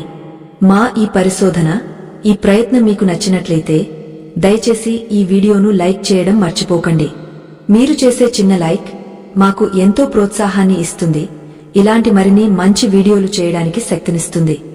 సోమశర్మ జమీందారు వెళ్లిపోయిన తర్వాత భార్యతో అన్నాడు, చూసావా సుశీల, మనిషిని నమ్ముకుంటే నిరాశే మిగులుతుంది, కాని దైవాన్ని నమ్ముకుంటే ఆ దైవమే మనుషులను మన దగ్గరకు పంపిస్తుంది. ఈ రోజుతో నా నమ్మకం మరింత బలపడింది. రేపు 41వ రోజు. రేపటితో నా మండల దీక్ష పూర్తవుతుంది. రేపు సాయంత్రం ఏదో అద్భుతం జరుగుతుందని నా మనసు చెబుతోంది. కాని విధి చాలా విచిత్రమైనది. మనం గెలుపు అంచున ఉన్నప్పుడే అది మనల్ని అత్యంత కఠినంగా పరీక్షిస్తుంది. 41వ రోజు రాని వచ్చింది. అది సోమశర్మ జీవితంలో అత్యంత కీలకమైన రోజు. ఆ రోజు ఉదయం నుండే సోమశర్మ చాలా నిష్టగా ఉన్నాడు. రోజంతా ఉపవాసం ఉన్నాడు. సాయంత్రం పూజకు కావాల్సినవని సిద్ధం చేసుకున్నాడు. ఇంటిని పండుగలా అలంకరించారు. సుశీల పాయసం వండింది. సాయంత్రం 5:45. సూర్యుడు అస్తమించడానికి సిద్ధంగా ఉన్నాడు. సోమశర్మ స్నానం చేసి పట్టు వస్త్రాలు కట్టుకుని గడప దగ్గరకు వచ్చాడు. ఈరోజుతో 41 రోజుల తపస్సు ఫలిస్తుంది. ఈరోజు ఓం శ్రీం అనే మంత్రాన్ని 108 సార్లు జపించి లక్ష్మీదేవికి హారతి ఇవ్వాలి. ఇది అతని సంకల్పం. అతను కళ్ళు మూసుకుని మంత్ర జపం ప్రారంభించడానికి సిద్ధమవుతుండగా సరిగ్గా అదే సమయానికి ఇంటి ముందు ఒక వృద్ధుడు వచ్చి నిలబడ్డాడు. అతని బట్టలు చిరిగిపోయి ఉన్నాయి. శరీరం అంతా పుండ్లు ఉన్నాయి. చేతిలో ఒక కర్ర, డొక్కుపాత్ర ఉన్నాయి. చూడటానికే చాలా అసహ్యంగా, భయానకంగా ఉన్నాడు. ఆ వృద్ధుడు గడప దగ్గరకు వచ్చి దగ్గుతూ, అయ్యా బాబూ, ఆకలి వేస్తోంది. 3 రోజుల నుండి తిండి లేదు. కాస్త అన్నముంటే పెట్టండి నాయనా, ప్రాణం పోయేలా ఉంది అని దీనంగా అడిగాడు. సోమశర్మ ఇరకాటంలో పడ్డాడు. ఒక పక్క సంధ్యా సమయం దాటిపోతోంది. ఈ 48 నిమిషాలు మౌనంగా ఉండి మంత్రం జపించాలి. నోరు తెరిచి మాట్లాడకూడదు. మాట్లాడితే 40 రోజుల దీక్ష భగ్నమవుతుంది. మరోపక్క అతిథి దేవో భవ అని శాస్త్రం చెబుతోంది. సాయం సంధ్య వేళ వచ్చిన అతిథిని ఆదరించకపోతే సాక్షాత్తు విష్ణుమూర్తిని వెనక్కి పంపినట్లే అని పురాణాలు చెబుతున్నాయి. ఆ వృద్ధుడిని చూస్తుంటే ప్రాణం మీదికి వచ్చినట్టు ఉంది. ఇప్పుడు ఏం చేయాలి? పూజ ముఖ్యం అనుకుని ఆ వృద్ధుడిని కాసేపు ఆగమని సైగ చేయాలా, లేదా పూజను పక్కన పెట్టి నియమాన్ని ఉల్లంఘించి ఆ వృద్ధుడికి సేవ చేయాలా? ఇది ధర్మ సంకటం. చాలామంది భక్తులు ఇక్కడే పప్పులో కాలేస్తారు. పూజే గొప్పది అనుకుంటారు. కాని దైవం పూజలో ఉందా లేక మానవ సేవలో ఉందా అనేది ఇక్కడ పరీక్ష. సుశీల లోపల ఉంది. ఆమెకు బయట వృద్ధుడు అరుస్తున్నది వినిపించడం లేదు. సోమశర్మ ఒక్కడే గడప దగ్గర ఉన్నాడు. వృద్ధుడు మాత్రం, బాబూ, నీ పుణ్యం ఉంటుంది, ఒక్క ముద్ద పెట్టు అంటూ కింద పడిపోయాడు. అతని నోటి నుండి నురగలు వస్తున్నాయి. అతను చనిపోయేలా ఉన్నాడు. సోమశర్మ మనసులో తీవ్రమైన సంఘర్షణ మొదలైంది. నేను ఇప్పుడు మౌనం వీడితే నా 40 రోజుల శ్రమ వృధా అవుతుంది. నా దరిద్రం పోదు. కాని కళ్ల ముందు ఒక మనిషి చనిపోతుంటే చూస్తూ ఊరుకోవడం ధర్మమా? లక్ష్మీదేవి కఠిన హృదయాన్ని మెచ్చుకుంటుందా? ఆ క్షణంలో సోమశర్మ తీసుకున్న నిర్ణయం సామాన్య మానవుడిని మహాత్ముడి నుండి వేరు చేస్తుంది. అతను మంత్ర జపానికి సిద్ధం చేసిన చేతులను విడదీశాడు. కళ్ళు తెరిచాడు. దీపం వైపు ఒక్కసారి చూసి, అమ్మా, నీ పూజ కంటే నీ బిడ్డ ప్రాణం ముఖ్యం, నన్ను క్షమించు అని మనసులో అనుకున్నాడు. గడప దిగి ఆ వృద్ధుడి దగ్గరకు పరుగెత్తాడు. తాతా, భయపడకు అంటూ అతన్ని లేవనెత్తాడు. సోమశర్మ తన నోటితో మాట్లాడాడు. మౌన నియమం భగ్నమైంది. దీక్ష అర్ధాంతరంగా ఆగిపోయింది. అతను ఆ వృద్ధుడిని భుజాలమీద వేసుకుని ఇంటి లోపలికి తీసుకువెళ్లాడు. సుశీలను పిలిచి, వెంటనే నీళ్లు తీసుకురా, అన్నం వడ్డించు అని అరిచాడు. సుశీల కంగారుగా పరుగెత్తుకొచ్చింది. ఆ వృద్ధుడి దుస్థితి చూసి చలించిపోయింది. ఇద్దరు కలిసి ఆ వృద్ధుడికి సపర్యలు చేశారు. కాళ్ళు కడిగారు. వేడివేడి పాయసం తినిపించారు. ఆ వృద్ధుడు తృప్తిగా తిన్నాడు. అతని కళ్లలో ప్రాణం తిరిగి వచ్చింది. సోమశర్మకు ఒక పక్క సంతోషంగా ఉంది, ఒక ప్రాణం నిలబడినందుకు. కాని మరోపక్క గుండెలో బాధ. 40 రోజుల కదిన దీక్ష చివరి నిమిషంలో భగ్నమైంది. ఇక లక్ష్మీ కటాక్షం కలగదేమో, జమీందారు ఉద్యోగం కూడా పోతుందేమో అనే భయం. కాని అతను ఊహించని విషయమేమిటంటే, ఆ వృద్ధుడు అన్నం తిన్న తర్వాత చేతులు కడుక్కుంటూ సోమశర్మ వైపు చూసి ఒక విచిత్రమైన నవ్వు నవ్వాడు. ఆ నవ్వులో ఒక అలౌకికమైన తేజస్సు ఉంది. ఆ వృద్ధుడు నెమ్మదిగా లేచి నిలబడ్డాడు. అతని శరీరం చుట్టూ ఉన్న మురికి మాయమైపోతోంది. చిరిగిపోయిన బట్టలు మారుతున్నాయి. సోమశర్మ, నువ్వు గెలిచావు నాయనా, నువ్వు నిజంగా గెలిచావు అని ఆ వృద్ధుడు అన్నాడు. ఆ కంచం ముసలివాడి కంచం కాదు. అది మేఘం గర్జించినంత గంభీరంగా ఉంది. సోమశర్మ, సుశీల ఆశ్చర్యంతో నోరెళ్లబెట్టారు. వారి కళ్ల ముందే ఆ వృద్ధుడి రూపం మారిపోసాగింది. అసలు ఆ వృద్ధుడు ఎవరు? అతను ఎందుకు వచ్చాడు? సోమశర్మ దీక్ష భగ్నమైందా లేక పరిపూర్ణమైందా? దీని వెనుక ఉన్న అసలు రహస్యమేమిటి? ఆ వృద్ధుడి చుట్టూ ఆవరించి ఉన్న కాంతి ప్రవాహం క్రమంగా ఆ గదిని, ఆ ఇంటిని మొత్తం కప్పివేసింది. సోమశర్మ, సుశీల ఆ కాంతిని చూడలేక తమ కళ్లకు చేతులు అడ్డుపెట్టుకున్నారు. ఆ కాంతి మధ్యలో నుండి ఒక దివ్యమైన రూపం సాక్షాత్కరించింది. శంఖు, చక్ర, గదాధారియే పీతాంబరాలను ధరించి మందస్మిత వదనంతో సాక్షాత్తు శ్రీమన్నారాయణుడు ఆ వృద్ధుడి స్థానంలో నిలిచి ఉన్నాడు. పక్కనే లక్ష్మీదేవి కూడా కొలువై ఉంది. ఆ అద్భుత దృశ్యాన్ని చూసిన సోమశర్మ దంపతుల నోట మాట రాలేదు. ఆనంద బాష్పాలు రాలుతుండగా వారు స్వామి పాదాలపై సాష్టాంగ నమస్కారం చేశారు. లే సోమశర్మ, లే అనే అమృతతుల్యమైన వాక్కు వినిపించింది. సోమశర్మ వణుకుతున్న చేతులతో లేచి నిలబడ్డాడు. స్వామీ, అపరాధం చేశాను. నా దీక్ష భగ్నమైంది అనుకున్నాను. నా నియమాన్ని ఉల్లంఘించాను అనుకున్నాను. కాని మీరే స్వయంగా నా ఇంటికి వచ్చారా? ఆ ముసలివాడి రూపంలో వచ్చింది మీరేనా అని గద్గద స్వరంతో అడిగాడు. అప్పుడు ఆ లక్ష్మీనారాయణుడు చిరునవ్వుతో ఇలా పలికాడు. సోమశర్మ, నీ దీక్ష భగ్నం కాలేదు, పరిపూర్ణమైంది. ఇన్నాళ్లు నువ్వు చేసింది జపం మాత్రమే. కాని ఈరోజు నువ్వు చేసింది తపం. జపానికి తపానికి తేడా ఉంది. జపం అంటే నీకోసం నువ్వు దేవుడిని ప్రార్థించడం. కాని తపం అంటే దైవం కోరుకునే ధర్మాన్ని ఆచరించడం.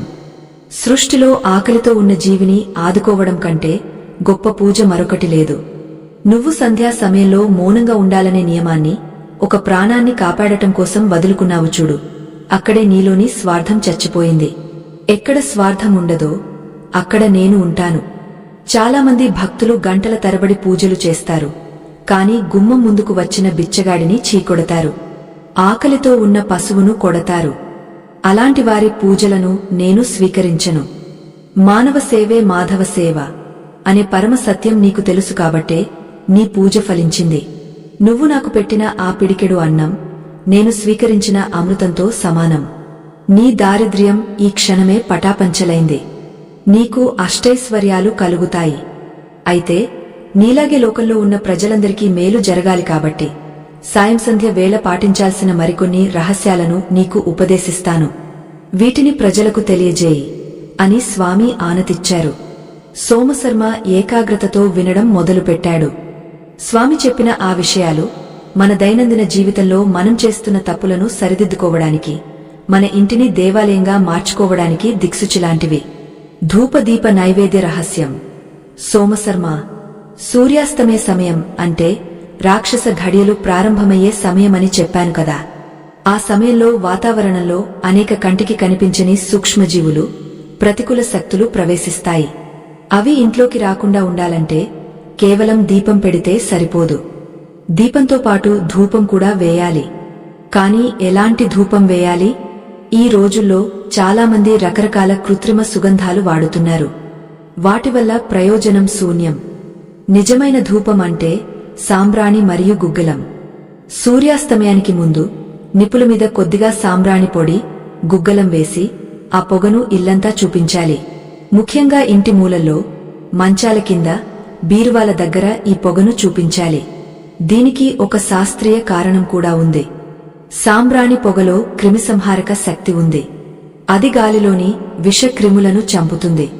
ఇక ఆధ్యాత్మికంగా చూస్తే సాంబ్రాణి వాసన అంటే లక్ష్మీదేవికి ప్రాణం. ఎక్కడ సాంబ్రాణి వాసన వస్తుందో అక్కడ లక్ష్మీదేవి ఆకర్షితురాలవుతుంది. అలాగే జ్యేష్ఠాదేవి, దరిద్ర దేవత, ఆ వాసనను భరించలేక ఇంటి నుండి పారిపోతుంది. ఇది ప్రతిరోజు చేయడం శ్రేయస్కరం. కుదరని పక్షంలో కనీసం మంగళవారం, శుక్రవారం అయినా తప్పక చేయాలి. ఉప్పు లక్ష్మీ స్వరూపం. స్వామి ఇంకా ఇలా వివరించారు: సముద్ర మథనంలో లక్ష్మీదేవితో పాటు పుట్టింది ఉప్పు. అందుకే ఉప్పును లక్ష్మీ స్వరూపంగా భావిస్తారు. సాయంత్రం వేళ ఇంటిని తుడిచేటప్పుడు ఆ నీటిలో చిటికెడు కల్లు ఉప్పు వేసి తుడవాలి. ఉప్పుకు ఉన్న గొప్ప గుణమేంటంటే అది తన చుట్టూ ఉన్న నెగటివ్ ఎనర్జీని లాగేసుకుంటుంది. ఎవరి ఇంట్లో అయితే తరచు గొడవలు జరుగుతుంటాయో, ఎవరికైతే తరచు అనారోగ్యం వస్తుందో వారు ఖచ్చితంగా సాయంత్రం వేళ ఉప్పు నీటితో ఇల్లు తుడవాలి. అలాగే బాత్రూంలలో ఒక చిన్న గాజు బౌల్లో ఉప్పు పోసి ఉంచాలి. అది ఆ ప్రాంతంలోని దోషాలను హరిస్తుంది. ప్రతివారం ఆ ఉప్పును మార్చేయాలి. సాయంత్రం పూట తల దువ్వకూడదు. ఇది చాలా చిన్న విషయంలా అనిపించవచ్చు, కాని దీని వెనుక పెద్ద అర్థముంది. సోమశర్మ: సాయంత్రం లక్ష్మీదేవి వచ్చే వేళ ఆడవాళ్లు తల విరబోసుకుని ఉండకూడదు, తల దువ్వకూడదు. జుట్టు విరబోసుకుని ఉంటే అది జ్యేష్ఠాదేవికి ఆహ్వానం పలికినట్లు. అలాగే ఆ సమయంలో గోర్లు కత్తిరించకూడదు. గోర్లు, జుట్టు అనేవి మృత కణాలు. లక్ష్మీప్రదమైన సమయంలో మృత కణాలను శరీరం నుండి వేరు చేయడమంటే ఆయుష్ను తగ్గించుకోవడమే. అందుకే సూర్యాస్తమయానికి ముందే ఈ పనులన్నీ ముగించుకోవాలి. స్వామి చెబుతున్న ఈ విషయాలు వింటుంటే సోమశర్మకు, సుశీలకు ఎంతో జ్ఞానోదయం కలిగింది.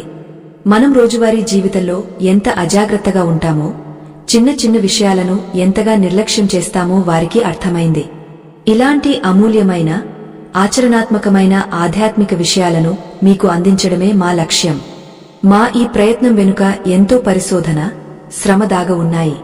ఈ మంచి విషయాలు 10 మందికి చేరాలని మీరు కోరుకుంటే దయచేసి మా ఛానల్ను సబ్స్క్రైబ్ చేసుకోండి. మీ ప్రోత్సాహం మాకు ఎంతో బలాన్నిస్తుంది. ఇప్పుడు స్వామి చెప్పిన అత్యంత ముఖ్యమైన, ప్రమాదకరమైన విషయం గురించి తెలుసుకుందాం. ఇది ధనానికి సంబంధించిన విషయం. చాలా మందికి తెలియకుండానే దరిద్రం చుట్టుముట్టడానికి అసలు కారణం ఇదే.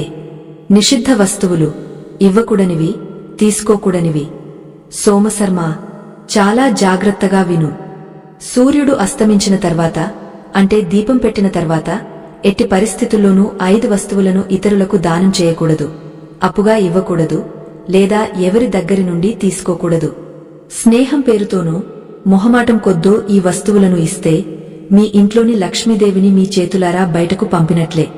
డబ్బు, సూర్యాస్తమయం తర్వాత ఎవరికీ అప్పు ఇవ్వకూడదు. లక్ష్మీదేవి ఇంటికి వచ్చే సమయమది. ఆ సమయంలో డబ్బు బయటకు వెళ్తే మళ్లీ తిరిగి రావడం కష్టం. అత్యవసర పరిస్థితి వేరు, అంటే ఆసుపత్రి ఖర్చులు వంటివి. కాని సాధారణ అవసరాలకు, అప్పులకు మాత్రం సాయంత్రం డబ్బు ఇవ్వకూడదు. అలాగే వ్యాపారస్తులు ఆ సమయంలో వచ్చిన మొదటి కస్టమర్ను వదులుకోకూడదు. కాని గల్లా పెట్టెలో నుండి చిల్లర బయటకు ఇవ్వకూడదు అని ఒక నియమముంది. పాలు, పెరుగు. పాలు చంద్రుడికి కారకం, పెరుగు శుక్రుడికి కారకం. ఈ రెండూ సంపదను ఇచ్చేవే. సాయంత్రం వేళ పాలుగాని, పెరుగుగాని ఇరుగు పొరుగు వారికి ఇవ్వకూడదు. పుల్ల పెరుగు కోసం పక్కింటి వాళ్లు వస్తే మరుసటి రోజు ఉదయం రమ్మని చెప్పాలి తప్ప చీకటి పడ్డాక ఇవ్వకూడదు. దీనివల్ల ఆ ఇంట్లోని పాడి పశువులకు, సంతానానికి హాని కలుగుతుంది. ఉప్పు, ఇది చాలా ప్రమాదకరం. సాయంత్రం వేళ ఉప్పును ఎవరి చేతికి నేరుగా ఇవ్వకూడదు. ఒకవేళ తప్పనిసరి అయితే కింద పెట్టమని చెప్పి అవతలి వారిని తీసుకోమనాలి తప్ప చేతితో చేతికి ఇవ్వకూడదు. ఉప్పు చేజారితే శని ప్రవేశిస్తుంది. నూనె, దీపారాధన నూనెను సాయంత్రం వేళ ఎవరికీ ఇవ్వకూడదు. ఇది శని ప్రభావానికి లోనయ్యేలా చేస్తుంది. సూది, సాయంత్రం వేళ సూదిని ఇవ్వడం గాని, తీసుకోవడం గాని చేస్తే ఆ ఇద్దరి మధ్య పగలు, గొడవలు పెరుగుతాయి, సంబంధాలు తెగపోతాయి. 5 వస్తువుల విషయంలో చాలా కఠినంగా ఉండాలి. మొహమాటం దరిద్రానికి మూలం అని పెద్దలు ఊరకే అనలేదు. మన ఇంటి లక్ష్మిని కాపాడుకోవాల్సిన బాధ్యత మనదే. ఈ విషయాలన్నీ చెప్పిన తర్వాత ఆ లక్ష్మీనారాయణ స్వరూపం నెమ్మదిగా అంతర్ధానం అవ్వడం ప్రారంభించింది. కాని వెళ్తూ వెళ్తూ స్వామి సోమశర్మకు ఒక వరం ఇచ్చారు. సోమశర్మ, నీ భక్తికి మెచ్చాను. ఇకపై నీ వాక్కులో నేను ఉంటాను. నువ్వు ఎవరికి ఏది చెబితే అది జరుగుతుంది. నీ ఇంటి గడప దాటి వెళ్లే ప్రతి ఒక్కరూ సుఖసంతోషాలతో ఉంటారు. నువ్వు ఈ ధర్మ సూక్ష్మాలను లోకానికి ప్రచారం చేయి అని ఆశీర్వదించి అదృశ్యమయ్యారు. ఆ తర్వాత ఏం జరిగింది, సోమశర్మ జీవితం ఎలా మారింది అనేది ఊహించవచ్చు. కాని కథ ఇక్కడితో అయిపోలేదు. అసలైన ట్విస్ట్ ఇక్కడే ఉంది. సోమశర్మకు లభించిన ఆ వరం వల్ల ఊరందరికీ మంచి జరిగింది. కాని అతనికి మాత్రం ఒక కొత్త సమస్య వచ్చి పడింది. అదేంటంటే అతని ఇంటి ముందు జనం క్యూ కట్టడం మొదలుపెట్టారు. అందరూ తమ సమస్యలు తీర్చమని అడగడం మొదలుపెట్టారు. సోమశర్మకు తినడానికి, పడుకోవడానికి కూడా సమయం లేకపోయింది. ప్రశాంతత కరువైంది. అప్పుడు సోమశర్మకు అర్థమైంది, అతి సర్వత్ర వర్జయేతని, ఏదైనా మితిమీరితే కష్టమే అని. మళ్లీ ఆ సమస్య నుండి బయటపడటానికి సోమశర్మ ఏం చేశాడు, తనకున్న వరాన్ని ఎలా వినియోగించాడు అనేది చాలా ఆసక్తికరమైన విషయం. అలాగే మనలో చాలామందికి ఉండే ఒక పెద్ద సందేహం, మేము ఎంతో కష్టపడి పూజలు చేస్తున్నాం, కాని ఫలితం రావడం లేదు. బహుశా మా ఇంటికి ఏదైనా దోషముందేమో, దృష్టి దోషముందేమో అని భయపడుతుంటారు. అలాంటి వారి కోసం సోమశర్మ చివరిగా చెప్పిన అత్యంత శక్తివంతమైన దృష్టి నివారణోపాయం గురించి తదుపరి భాగంలో వివరంగా తెలుసుకుందాం. ఈ ఉపాయం ఎంత శక్తివంతమైనది అంటే ఇది చేసిన 24 గంటల్లోనే మీకు మార్పు కనిపిస్తుంది. పిల్లలకు తరచు జ్వరం వస్తున్నా, వ్యాపారంలో నష్టాలు వస్తున్నా, ఇంట్లో ఎప్పుడు చికాకులు ఉన్నా ఈ ఒక్క చిన్న పని చేస్తే చాలు. అది ఏమిటో, దానికి కావాల్సిన పదార్థాలు ఏమిటో తెలుసుకోవాలంటే తదుపరి భాగం వరకు వేచి చూడాల్సిందే. సోమశర్మ ఇంటి ముందు జనం తిరునాళ్లలా పోగయ్యారు.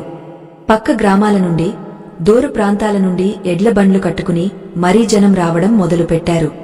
సోమశర్మ గారిని ఒక్కసారి దర్శించుకుంటే చాలు, మన కష్టాలు తీరిపోతాయి, ఆయన నోటి నుండి ఒక్క మాట వస్తే చాలు, అది వేద వాక్కులా జరుగుతుంది అనే ప్రచారం దావానలంలా వ్యాపించింది. ఇదంతా చూస్తున్న సోమశర్మకు మొదట్లో సంతోషంగానే ఉన్నా క్రమంగా ఒక భయం పట్టుకుంది. ఉదయం లేచిన దగ్గరి నుండి రాత్రి పడుకునే వరకు జనం గోలతో ఇల్లు నిండిపోతోంది. అతనికి స్నానం చేయడానికి, సంధ్యావందనం చేసుకోవడానికి కూడా ఏకాంతం దొరకడం లేదు. ఏ దైవానుగ్రహం కోసం అయితే తను ఇన్నాళ్లు తపించాడో ఆ దైవాన్ని తలుచుకునే సమయం కూడా లేకుండా పోతోంది. ఇది సరైనది కాదు అని అతనికి అనిపించింది. ఒకరోజు సాయంత్రం జనం బాగా రద్దీగా ఉన్నారు. అందరూ తమ తమ సమస్యలు ఏకరువు పెడుతున్నారు. ఒకరు, అయ్యా, మా అబ్బాయికి పెళ్లి కావడం లేదు అంటే, మరొకరు, వ్యాపారం దెబ్బతింది గురువుగారు అని, ఇంకొకరు, మా ఇంట్లో ఎప్పుడూ అనారోగ్యలే అని మొరపెట్టుకుంటున్నారు. సోమశర్మ వారందరినీ చూసి ఒక నిమిషం మౌనంగా ఉండిపోయాడు. అప్పుడు అతనికి లక్ష్మీనారాయణుల దర్శనం అయినప్పుడు స్వామి చెప్పిన మాట గుర్తుకు వచ్చింది. మానవ సేవే మాధవ సేవ.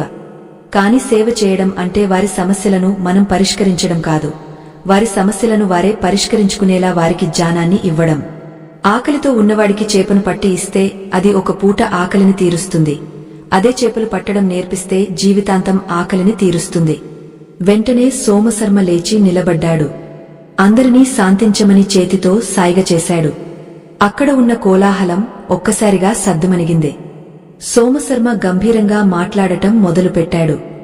సోదర సోదరీమణులారా, మీరందరూ నా దగ్గరకు వస్తున్నారు, నన్ను ఏదో మహిమ గల వ్యక్తిగా భావిస్తున్నారు. కాని నేను మీలాంటి సామాన్య మానవుడినే. నాకు లభించిన ఈ శక్తి నా సొంతం కాదు, అది ఆ జగన్మాత అనుగ్రహం మరియు సంధ్యా సమయంలో నేను పాటించిన నియమాల ఫలితం. నా శక్తితో మీ కష్టాలు తీర్చడం కంటే ఆ శక్తిని మీరే పొందే మార్గాన్ని మీకు చూపిస్తాను. అప్పుడు మీరు ఎవరి దగ్గరకు వెళ్లాల్సిన పనిలేదు. మీ ఇల్లే ఒక దేవాలయం అవుతుంది. ఈ మాట వినగానే జనాల్లో ఆసక్తి పెరిగింది. ముఖ్యంగా అక్కడ ఉన్న జమీందారు గారు ముందుకు వచ్చి సోమశర్మ, నువ్వు చెప్పేది నిజం. మాకు ఆ చేపలు పట్టే విద్యనే నేర్పించు. ముఖ్యంగా మా అందరినీ వేధిస్తున్న ఒక ప్రధాన సమస్య దృష్టి దోషం లేదా నరదిష్టి. దీనివల్ల పచ్చగా ఉన్న కుటుంబాలు కూడా ఒక్కసారిగా కుప్పకూలుతున్నాయి. దీనికి ఏదైనా శాశ్వత పరిష్కారముందా? మా పూర్వీకులు ఏవో చేసేవారు, కాని మాకు సరైన విధానం తెలియక ఫలితం రావడం లేదు అని అడిగారు. సోమశర్మ చిరునవ్వుతో, ఖచ్చితంగా ఉంది జమీందారుగారు. నరదిష్టి నల్ల రాళ్లను కూడా పగులగొడుతుంది అని సామెత. ఇది కేవలం మూజనమ్మకం కాదు. దీని వెనుక పెద్ద మనోవిజ్ఞాన శాస్త్రముంది. ఇతరుల అసూయ, ద్వేషం లేదా అతిగా పొగడటం వల్ల వెలువడే ప్రతికూల తరంగాలు మన శరీరంపై, మన ఇంటిపై పడినప్పుడు మన ఆరా తేజో వలయం దెబ్బతింటుంది. అప్పుడు మనలో శక్తి సన్నగిల్లి అకారణంగా అలసట, చిరాకు, అనారోగ్యం, ధన నష్టం కలుగుతాయి. దీనిని నివారించడానికి మన ఋషులు అద్భుతమైన, సులభమైన మార్గాలను సూచించారు. అందులో అత్యంత శక్తివంతమైనది కల్లు ఉప్పు ప్రయోగం అని చెప్పడం ప్రారంభించాడు. ప్రేక్షకులారా, సోమశర్మ వివరించిన ఈ దృష్టి నివారణోపాయం చాలా శక్తివంతమైనది. మీలో ఎవరికైనా ఇంట్లో పిల్లలు తరచూ ఏడుస్తున్నా, భార్యాభర్తల మధ్య కారణం లేకుండా గొడవలు జరుగుతున్నా, లేదా వ్యాపారంలో అకస్మాత్తుగా నష్టాలు వచ్చినా ఈ చిన్న క్రియను చేసి చూడండి. దీనికి కావాల్సిన పదార్థాలు మీ వంటింట్లోనే ఉంటాయి. దృష్టి తీయవలసిన విధానం: ఈ ప్రయోగాన్ని ఆదివారం లేదా మంగళవారం సాయంత్రం సూర్యాస్తమయం అయిన తర్వాత చీకటి పడ్డాక చేయాలి. ఎవరికైతే దృష్టి తగిలింది అని అనుకుంటున్నారో వారిని తూర్పు వైపు ముఖం చేసి ఒక పీట మీద కూర్చోబెట్టాలి. ఇంటి పెద్ద లేదా తల్లి గుప్పెడు కల్లు ఉప్పు, రాళ్ల ఉప్పు తీసుకోవాలి. మెత్తటి ఉప్పు పనికిరాదు. ఆ ఉప్పును కుడి చేతిలో పట్టుకుని పిడికిలి బిగించి దిష్టి తగిలిన వ్యక్తి చుట్టూ 3 సార్లు సవ్య దిశలో, 3 సార్లు అపసవ్య దిశలో తిప్పాలి. తిప్పేటప్పుడు మనసులో నా బిడ్డకు లేదా నా కుటుంబానికి ఉన్న సకల దోషాలు, పీడలు తొలగపోవాలి అని బలంగా సంకల్పించుకోవాలి. ఆ తర్వాత ఆ ఉప్పును తీసుకువెళ్లి ఇంటి బయట మండుతున్న నిప్పులలో వేయాలి. పూర్వం అందరి ఇళ్లలో పొయ్యి ఉండేది కాబట్టి నిప్పులలో వేసేవారు. ఇప్పుడు అపార్ట్మెంట్లలో నిప్పులు దొరకడం కష్టం కాబట్టి ఆ ఉప్పును నీళ్లలో, వాష్ బేసిన్లో లేదా సింక్లో వేసి టాప్ విప్పి నీళ్లు పోసి కరిగించి పంపించేయాలి. కాని నిప్పులలో వేస్తే వచ్చే చిటపట శబ్దం ఆ దృష్టి తీవ్రతను తెలియజేస్తుంది. ఆ శబ్దం ఎంత గట్టిగా వస్తే అంత ఎక్కువ దృష్టి ఉన్నట్లు లెక్క. ఉప్పు నీళ్లలో కరిగిపోయినట్లే ఆ వ్యక్తి మీద ఉన్న నెగటివ్ ఎనర్జీ కూడా కరిగిపోతుంది. అలాగే వ్యాపార సంస్థలకు లేదా ఇంటి మొత్తానికి దృష్టి తీయాలంటే ఒక నిమ్మకాయను తీసుకుని దాన్ని 2 భాగాలుగా కోసి ఆ 2 భాగాలకు కుంకుమ పూసి ఇంటి గుమ్మం దగ్గర లేదా షాపు గుమ్మం దగ్గర నిలబడి 2 ముక్కలను 2 చేతుల్లో పట్టుకుని గుమ్మానికి 3 సార్లు దిష్టి తీసి ఆ ముక్కలను రోడ్డు మీద 4 కూడలిలో పడేయాలి లేదా ఎవరు తొక్కని ప్రదేశంలో వేయాలి. వెనక్కి తిరిగి చూడకుండా కాళ్లు కడుక్కుని లోపలికి రావాలి. ఇది అమావాస్య రోజున చేస్తే చాలా మంచి ఫలితం ఉంటుంది. సోమశర్మ చెబుతున్న ఈ విషయాలను జనం చాలా శ్రద్ధగా వింటున్నారు. అప్పుడు ఒక రైతు లేచి, అయ్యా, ఇవన్నీ మాకు తెలిసినవే, కాని మేము చేసినప్పుడు ఎందుకు పని చేయడం లేదు అని అడిగాడు. దానికి సోమశర్మ అద్భుతమైన సమాధానం చెప్పాడు. నాయనా, ఏ క్రియ అయినా ఫలించాలంటే దానికి భావన ముఖ్యం. మీరు యాంత్రికంగా ఉప్పు తిప్పి పారేస్తే లాభం లేదు. ఆ ఉప్పు చేతిలో పట్టుకున్నప్పుడు అది సాక్షాత్తు ఆ భైరవుని శక్తిగా భావించాలి. ఆ ఉప్పు నెగటివ్ ఎనర్జీని లాగేసుకుంటోంది అని బలంగా నమ్మాలి. ఆ నమ్మకమే మంత్రం. ఆ భావన లేకపోతే అది కేవలం ఉప్పు మాత్రమే. ఇంకొక రహస్య విషయం ఏమిటంటే, సాయంత్రం వేళ అంటే దీపారాధన సమయంలో మీ ఇంటి సింహద్వారం తలుపులు తెరిచి ఉంచాలి. కాని వెనుక వైపు తలుపులు మాత్రం ఖచ్చితంగా మూసి ఉంచాలి. ఎందుకంటే లక్ష్మీదేవి సింహద్వారం గుండా వస్తుంది. అదే సమయంలో వెనుక తలుపు తెరిచి ఉంటే ఆమె అక్క జ్యేష్ఠాదేవి వెనుక తలుపు గుండా లోపలికి ప్రవేశిస్తుంది. లేదా సింహద్వారం గుండా వచ్చిన లక్ష్మి వెనుక తలుపు గుండా వెళ్లిపోతుంది. అందుకే సంధ్యా సమయంలో వెనుక తలుపు ఎప్పుడూ మూసి ఉండాలి. ఇది చాలామంది చేసే తప్పు. గాలి వస్తుందని 2 వైపులా తలుపులు తెరిచి పెడతారు. సిరి సంపదలు నిలవకపోవడానికి ఇది కూడా ఒక కారణం. మన సనాతన ధర్మంలోని ఇలాంటి ఆచరణాత్మక విషయాలు, శాస్త్రీయ దృక్పథంతో కూడిన ఆచారాలు మరుగున పడిపోతున్నాయి. వాటిని తిరిగి వెలికితీసి భావితరాలకు అందించాలనే మా ఈ చిరు ప్రయత్నం. ఈ జ్ఞాన యజ్ఞంలో మీరు కూడా భాగస్వాములు కావాలంటే, ఈ సమాచారం నలుగురికి ఉపయోగపడుతుందని మీరు భావిస్తే దయచేసి ఒక లైక్ చేయండి. మీ ఆదరణే మాకు శ్రీరామరక్ష. సోమశర్మ తన ఉపన్యాసాన్ని కొనసాగిస్తూ, ఇక చివరిగా అత్యంత ముఖ్యమైన విషయం చెబుతాను వినండి. ఇందాక జమీందారుగారు అడిగారు, ఇంటిని శాశ్వతంగా రక్షించే మార్గం లేదా అని. ఉంది. అదే బూడిద గుమ్మడికాయ. దీనిని కుష్మాండం అని అంటారు. బూడిద గుమ్మడికాయకు ప్రాణం లేకపోయినా దానికి ప్రాణశక్తిని గ్రహించే గుణం, ప్రసరింపజేసే గుణం చాలా ఎక్కువ. ఇది చాలా హైలీ పాజిటివ్ వస్తువు. అమావాస్య రోజున ఒక మంచి బూడిద గుమ్మడికాయను తెచ్చి దానికి పూజ చేసి దానికి కుంకుమ బొట్లు పెట్టి మీ ఇంటి సింహద్వారం పైన మధ్యలో వేలాడదీయాలి. అది మీ ఇంటికి ఒక సెక్యూరిటీ గార్డ్ లా పనిచేస్తుంది. బయటి నుండి వచ్చే ఎలాంటి దుష్టశక్తిని అయినా అది గుమ్మం దగ్గరే ఆపేసి తనలో దాచుకుంటుంది. అందుకే కొన్నిసార్లు ఆ కాయ త్వరగా కుళ్ళిపోతుంది లేదా నల్లబడుతుంది. అలా జరిగితే దానర్థం అది మీ ఇంటికి రావలసిన పెద్ద గండం నుండి మిమ్మల్ని కాపాడి ఆ గండాన్ని తను తీసుకుంది అని. వెంటనే దాన్ని తీసి పారేసి కొత్త కాయను కట్టాలి. ఇది ఉన్న ఇంట్లో దయ్యాలు, భూతాలు, నరదృష్టి వంటివి ఏవీ పని చేయవు. అయితే సోమశర్మ ఇంత చెప్పినా ప్రజల్లో ఇంకా ఏదో అసంతృప్తి కనిపిస్తోంది. వాళ్లకు ఇంకా ఏదో కావాలి. సులభంగా, కష్టం లేకుండా డబ్బు సంపాదించే మార్గం ఏదైనా ఉందా అని వాళ్ల కళ్ళు వెతుకుతున్నాయి. ఇది గమనించిన సోమశర్మకు ఒక విషయం అర్థమైంది. మనుషుల ఆశకు అంతం లేదు. ఎంత ఇచ్చినా ఇంకా కావాలనే తపన. అప్పుడు అతను వారికి ఒక కఠినమైన సత్యాన్ని చెప్పాలని నిర్ణయించుకున్నాడు. మీరందరూ సంపద కావాలి, సంపద కావాలి అని అడుగుతున్నారు. కాని సంపద అంటే కేవలం డబ్బు, బంగారం మాత్రమేనా? కాదు. అసలైన ఐశ్వర్యం వేరే ఉంది. అదే స్థిర లక్ష్మి. డబ్బు వస్తుంది, పోతుంది. కాని స్థిర లక్ష్మి అంటే మనశ్శాంతి, ఆరోగ్యం, మంచి సంతానం, సమాజంలో గౌరవం. వీటిని పొందాలంటే సాయం సంధ్య వేళ పాటించాల్సిన అంతిమ రహస్యం ఒకటి ఉంది. ఇది తెలిస్తే మీరు లక్ష్మీదేవిని అడగాల్సిన పనిలేదు. ఆ దేవే మీ వెనుక నడుచుకుంటూ వస్తుంది. ఆ రహస్యం ఏమిటో తెలుసా అని సోమశర్మ ప్రశ్నించాడు. జనం అంతా ఉత్కంఠతో, చెప్పండి స్వామీ, ఆ రహస్యం చెప్పండి అని అరిచారు. జమీందారుగారు కూడా ఆసక్తిగా ముందుకు వంగారు. సోమశర్మ ఒక చిన్న విరామం తీసుకుని తన కండువాను సరిచేసుకుంటూ గంభీరంగా చెప్పాడు. ఆ రహస్యం ఒక కథలో ఉంది. సాక్షాత్తు కుబేరుడు కూడా శివుని నుండి వరం పొందిన తర్వాత తెలుసుకున్న సత్యమదే. మనం రోజువారీ జీవితంలో, ముఖ్యంగా రాత్రి పడుకునే ముందు చేసే ఆ ఒక్క పని మన తలరాతను మరుసటి రోజు ఉదయానికి మార్చేస్తుంది. సూర్యాస్తమయం లక్ష్మీదేవిని ఆహ్వానించే సమయమైతే, రాత్రి నిద్రపోయే సమయం ఆ లక్ష్మిని మన దగ్గరే బంధించే సమయం. పడుకునే ముందు మీరు ఏం చేస్తున్నారు? నిజమే కదా. మనం సాయంత్రం దీపం పెడతాం, పూజ చేస్తాం. కాని రాత్రి పడుకునే ముందు మన ఆలోచనలు ఎలా ఉంటాయి? రేపటి గురించి భయం, ఈరోజు జరిగిన అవమానాల గురించి చింత, లేదా పగవాడి మీద కోపం. ఇవే కదా మనతో పాటు పడకగదిలోకి వస్తాయి. కాని సోమశర్మ చెప్పబోయే ఆ అంతిమ రహస్యం, ఈ ఆలోచనలను ఎలా జయించాలి, తద్వారా నిద్రలో కూడా యోగ నిద్రను ఎలా పొందాలి అనే దాని గురించి.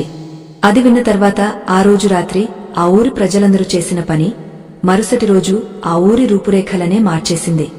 అద్భుతం అంటే అదే మరి. ఆ అంతిమ రహస్యమేమిటి? కుబేరుడికి తెలిసిన ఆ సూక్ష్మమేమిటి? ఈ కథ ఎలా సుఖాంతమైంది? సోమశర్మ చివరికి వారికి ఇచ్చిన సందేశమేమిటి? ఈ ఆసక్తికరమైన ముగింపు కోసం ఆ రహస్యం ఏమిటంటే కృతజ్ఞత మరియు క్షమ. ఈ రెండు పదాలు వినడానికి చాలా చిన్నవిగా అనిపించవచ్చు. కాని కుబేరుడి ఖజానా తాళం చెవులు ఈ రెండు పదాలలోనే ఉన్నాయి. సోమశర్మ మాటలకు అక్కడ ఉన్నవారంతా ఆశ్చర్యపోయారు. ఏంటి స్వామీ, కృతజ్ఞత, క్షమ అనేవి గుణాలు కదా, అవి డబ్బును ఎలా తెచ్చిపెడతాయి? మేము అడిగింది ఐశ్వర్యం గురించి కదా అన్న సందేహం వారి ముఖాల్లో స్పష్టంగా కనిపిస్తోంది. సోమశర్మ చిరునవ్వుతో ఆ రహస్యాన్ని విడమరచి చెప్పడం ప్రారంభించాడు. సోదరులారా, సాయం సంధ్య వేళ దీపం పెట్టి లక్ష్మీదేవిని ఆహ్వానించాం. ఆ తల్లి మన ఇంటికి వచ్చింది అనుకుందాం. కాని రాత్రి పడుకునే సమయానికి మన మనసు నిండా పగ, ద్వేషం, అసూయ, భయం, ఆందోళన వంటి చెత్తను నింపుకుని పడుకుంటే ఆ తల్లి మన మనసులో ఎలా స్థిరపడుతుంది? లక్ష్మీదేవి చంచలమైనది. ఆమె నిలకడగా ఉండాలంటే మన మనసు ప్రశాంతమైన సరస్సులా ఉండాలి. రాత్రి నిద్రపోయే సమయం అంటే సామాన్యమైన విషయం కాదు. శాస్త్రం ప్రకారం నిద్ర అనేది ఒక చిన్న మరణం, అల్ప మృత్యువు. మనం నిద్రలోకి జారుకున్నప్పుడు మన స్థూల శరీరం విశ్రాంతి తీసుకుంటుంది. కాని మన సూక్ష్మ శరీరం, మన అంతరంగం, సబ్కాన్షియస్ విశ్వంతో అనుసంధానమై ఉంటుంది. ఆ సమయంలో మనం బలంగా ఏది అనుకుంటే అది మన తలరాతగా మారుతుంది. అందుకే కుబేరుడు మహాలక్ష్మిని ప్రసన్నం చేసుకోవడానికి రాత్రి పడుకునే ముందు ఒక ప్రత్యేకమైన మానసిక స్నానం ఆచరిస్తాడు. రాత్రి వేళ పాటించాల్సిన కుబేర సూత్రం.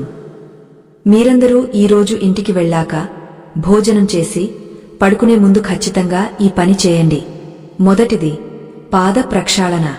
బయట ఎక్కడెక్కడో తిరిగి వస్తాం. మన పాదాలకు మట్టితో పాటు అనేక రకాలైన ప్రతికూల శక్తులు అంటుకుని ఉంటాయి. ముఖ్యంగా శని ప్రభావం పాదాలపైనే ఉంటుంది.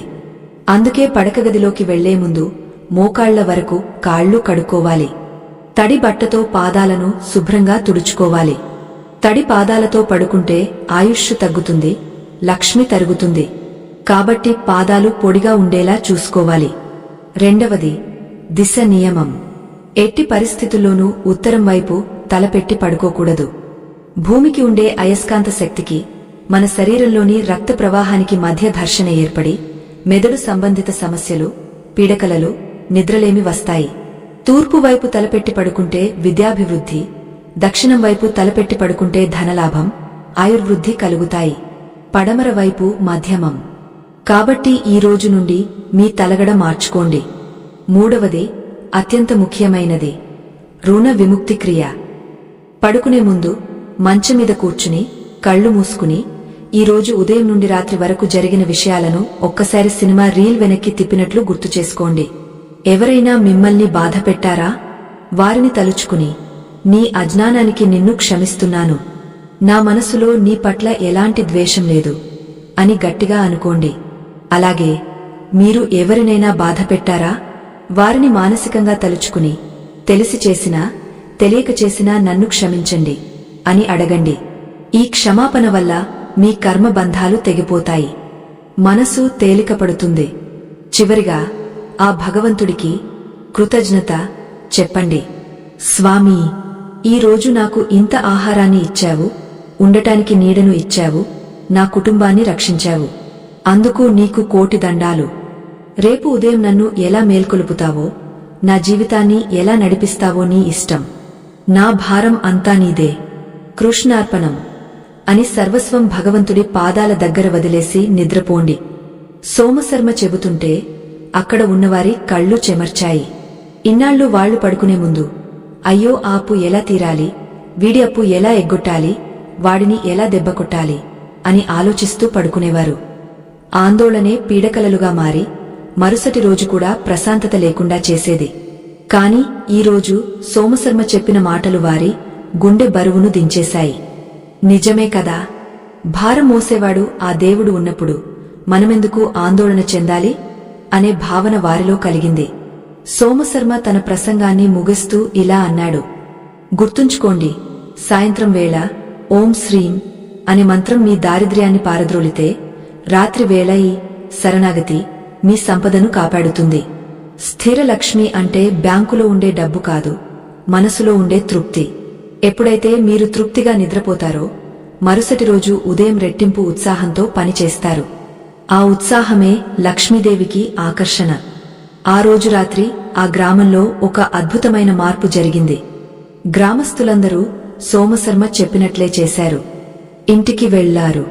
సూర్యాస్తమయ సమయం దాటినా పడుకునే ముందు కాళ్లు కడుక్కున్నారు. తమను ఇబ్బంది పెట్టిన వారిని మనసులోనే క్షమించేశారు. జమీందారుగారు కూడా తన అహంకారాన్ని పక్కన పెట్టి తన సేవకులను క్షమించారు. అందరూ ఒక రకమైన దైవిక భావనతో నిద్రలోకి జారుకున్నారు. ఆశ్చర్యకరంగా ఆ రాత్రి ఆ గ్రామంలో ఎవరికీ పీడకలలు రాలేదు. చంటి పిల్లలు కూడా ఏడవకుండా నిద్రపోయారు. గాలిలో ఒక ప్రశాంతత నెలకొంది. మరుసటి రోజు ఉదయం సూర్యోదయం అయింది. కాని ఆ సూర్యోదయం ఎప్పటిలా లేదు. ప్రజల ముఖాల్లో ఒక కొత్త వెలుగు కనిపిస్తోంది. అలసట లేదు, బద్ధకం లేదు. అందరూ బ్రహ్మ ముహూర్తంలోనే లేచారు. ఎవరి పనుల్లోకి వాళ్లు ఉత్సాహంగా వెళ్లారు. పొలాల్లో రైతులు ఉల్లాసంగా పాటలు పాడుతూ పనిచేస్తున్నారు.